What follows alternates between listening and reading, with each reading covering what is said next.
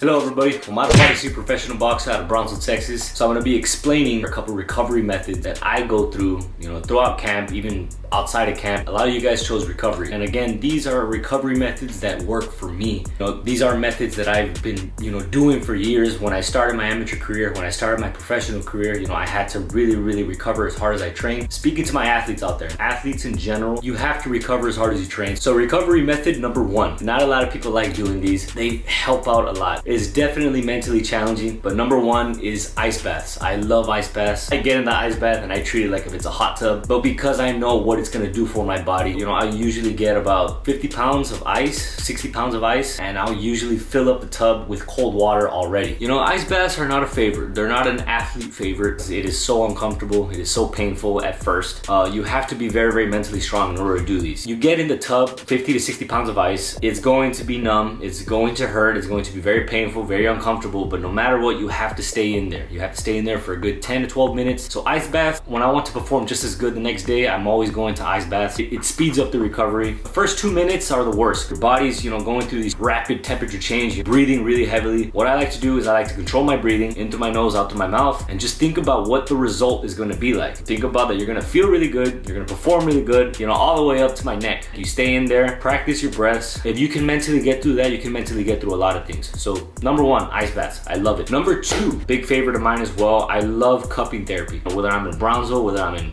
San Antonio, whether I'm in Vegas, I have people that help me with my cupping sessions. Here in Brownsville, I go to Body Reset with Christy, and Christy helps me out a lot. Back in San Antonio, go with my boy Augie, helps me out a lot with the cupping therapy as well. From what I understood Augie saying is that it increases, the blood circulation in your sore muscles, so, speeds up the recovery, speeds up your mobility. Boxers, we're always using the same muscles, the same shoulder muscles, the same, calves, everything. Augie really knows which muscles to target when it comes to the cups, and he'll make me do some movements. You see me throughout my training camps, even outside of my training camps, you will see me that I'll have, those big circle bruises on my back. They don't hurt, but it does feel, a little bit uncomfortable, especially when you have to do movements, but it speeds up the recovery, and therefore you're gonna perform just as good the next day. Even on that day, when I get it done on the day that I'm sparring or the day that I'm training, I feel amazing like an hour after, and it's amazing, and I love the cupping therapy. It's really important when it comes to my training camps. Number three, and the most important one, I left best for last because a lot of athletes, a lot of people in general do not do this, but what helps my recovery big time, staying hydrated, getting in the proper nutrition, big time. You're sweating every day, especially if you have 2-a-days, you have to stay hydrated, you have to take your vitamins, your supplements, you have to eat your 3 to 4 meals a day and make sure that they are nutritious. What I like to do is I like to drink 1 gallon to 1.5 gallons a day